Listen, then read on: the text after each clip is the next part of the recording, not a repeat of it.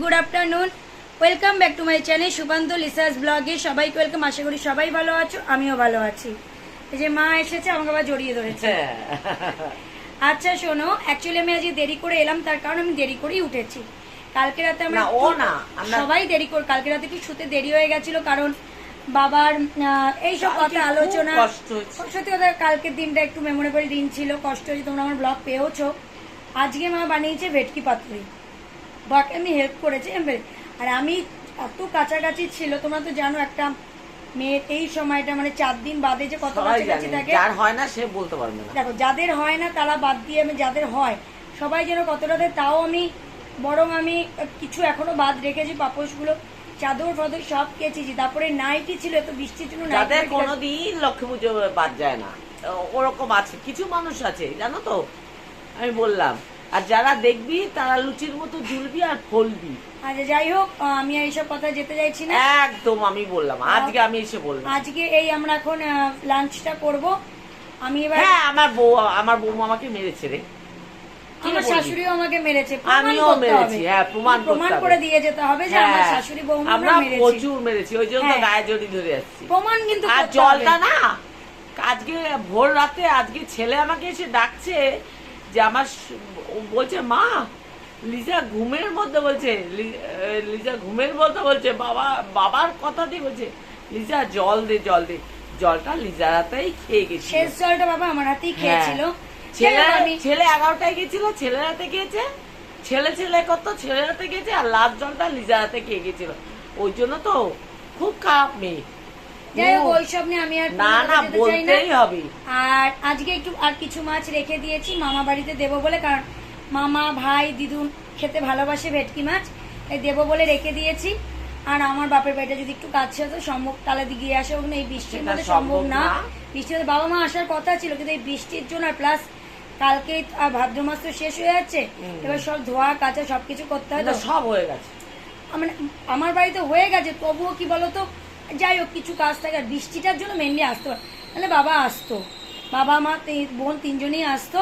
আর আমার বাবা তো মায়ের হাতে রান্না খেতে ভীষণ ভীষণ ভালোবাসে। কি বলবে দেখো, তোমরা আমাদের এই বন্ডিং দেখে কি বলবে তাতে আমার জানার কিছু নেই। আর যদি আর যারা বলে না, আমি তাদের ভিডিও দেখি না, যাদের ভিডিও দেখে না, না দেখলে তারা আবার সোশ্যাল মিডিয়ায় উল্টো পাল্টা কমেন্ট গুলো করতে। আমার সম্পর্কে বা আমার শাশুড়ি মার সম্পর্কে বা আমার হাজবেন্ডের সম্পর্কে যদি কিছু মানে, আর যে মহিলা চেয়ারে বসে বলেছিল, সেই মহিলার চরিত্র যদি তুলতে চাই, না না না, সেই মহিলার চরিত্র যদি তুলতে যাই, আমার স্বামীর পয়সায় সেই মহিলা কি করেছিল একদম বলবো। আমার কোনো শ্বশুর বাড়ি নেই, আমি বেঁচে আছি। আমাদের চরিত্র সম্পর্কে যদি কোনো কথা বলতে, যে মহিলাকে চেয়ারে বসে নিয়ে বলেছিল, নিচের লোক আমার সাপোর্টে আছে। আমার আসুক না, আজকে আসুক, আমি ওপেন চ্যালেঞ্জ ছুড়ে দিই, একদম ওপেন চ্যালেঞ্জ দিলাম। চরিত্র নিয়ে বা আমার শাশুড়ির চরিত্র নিয়ে কথা বলে, আর যে মহিলাকে চেয়ারে বসে বলেছিল, আমার এক্স কলিগ এবং মায়ের অফিস কলিগরা প্রত্যেকে তোমাদের এগেইনস্টে যাবে। So be careful. আমার পিছনে লাগতে এসো না। ছেড়ে কাপড় পরিয়ে দিতে আমি খুব ভালো জানি। একসাথেই থাকলে ওই একসাথেই থাকবি রে, সোশ্যাল মিডিয়া বুঝিস। দেখো একটা কথা বলি, সাথে থাকলে তবে বুঝবে সাথে থাকার আনন্দ কি আর জ্বালা কি। ঠিক আছে, সাথে যারা থাকো না তারা কথাও বলতে কম আছে।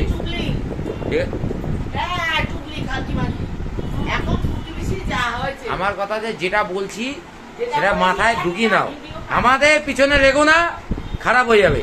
আমি সবসময় বলি না, বেশি লাগবে। কেউ বলেছে কাঁচা খুলে দেবো, ধুয়ে পরে দেবো, কাউকে কিচ্ছু করার দরকার নেই। আমার ধুয়ে কাপড় যে বলেছে না, তার শাশুড়ি ধুয়ে কাপড় পরিয়ে দেবো। তার শাশুড়ি কটা বিয়ে করেছে, কটা লোককে নিয়ে এসছে, আর আমার ঘরে লোককে নিয়ে শুয়েছে, আর আমার বরে 30,000 টাকা নিয়ে গেছে। হ্যাঁ, কত ভালো না? বলে না অনেক কিছু হয়ে যেত। আজকের মেনু হলো ইলিশ মাছের মাথা দিয়ে পুঁই শাক। এটা টিফিন বক্সটা খোলো। এই যে তোমার ওই যে কাচকি মাছ,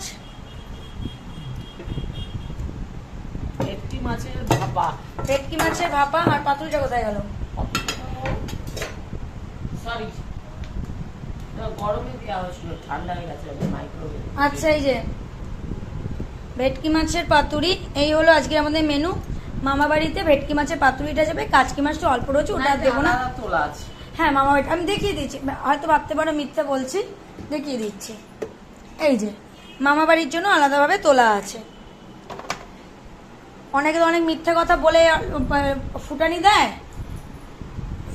এই না আজ এই যে স্টার্ট, এই যে আমরা লাঞ্চ স্টার্ট করছি, তোমাদের দাদা ভাই মা একটু দেখাও, এই যে মা আর আমি লাঞ্চ করছি।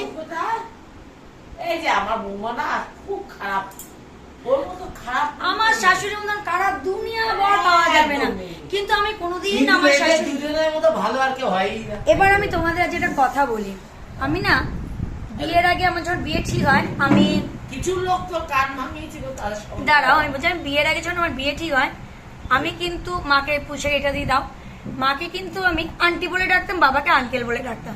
কিন্তু যেদিন আমি বিয়ে হয়ে বাড়িতে আসি, সেই দিন থেকে কেউ একজন আমাকে বলেছিল মামুনি ডাকতে, আমি কিন্তু মামুনি ডাকিনি।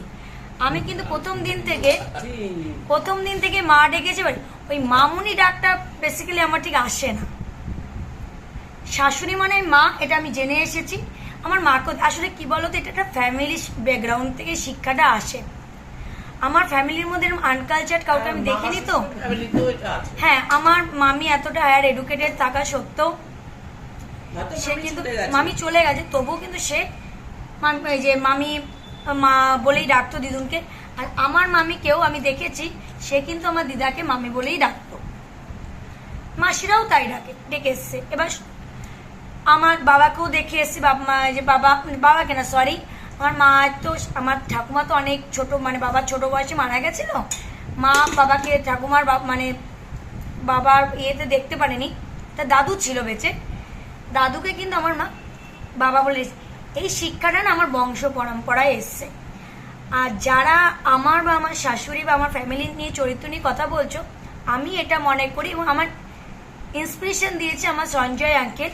সে বলেছে যে যেমন সে তোমার চরিত্র বৌমা সেটাকেই বিচার করবে। সেই জন্য তোমার মায়ের কলিগটা, ওটা আমার কাছে আমার বাবার সমতুল্য একজন মায়ের, আমার মামা মানে মায়ের ভাই, মায়ের থেকে 12 বছরের ছোট। আমি বুধবার দিনকে তার সাথে পরিচয় করিয়ে দেব। মানে আমার বাবার সমতুল্য একজন মানুষ, সেটা বুঝি। অ্যাকচুয়ালি কি বলতো, যাদের হ্যাঁ অবশ্যই চক্র আঙ্কেলের সাথে তো আছেই। অ্যাকচুয়ালি একটা কথা বলে দিই, তোমার মা তোমার শাশুড়ির চরিত্র হয়তো ওই রকম, তাই জন্য তুমি আমার এবং আমার শাশুড়ির চরিত্র নিয়ে এই কথাটা বলতে পেরেছো। সে বাসু জয় কাকে নিয়ে থাকে আমার তাতে জানার দরকার নেই, আই এম নট ইন্টারেস্টেড। ঠিক আছে, চলো আবার পরে আসি। দেখো ফ্রেন্ডস, আমি এতটা ডিপলি গিয়ে কথা বলতে চাইছিলাম না, বা এতটা রিয়াক্ট করে কথা বলতে চাইনি, বিকজ কিছু মানুষ আছে যারা বহুত দিন ধরে আমার পিছনে লেগে গেছে। আমি কিন্তু তাদের পিছনে লাগছি না, আমি আমার নিজের লাইফ নিয়ে, নিজের ফ্যামিলি প্রবলেম নিয়ে, সবকিছু নিয়ে আমি ভীষণ জর্জরিত। এতদিন বাবার এসে টাকা পেনশন সবকিছু নিয়ে ভীষণ প্রবলেম। প্লাস আমার গাড়িটা অ্যাক্সিডেন্ট করেছে,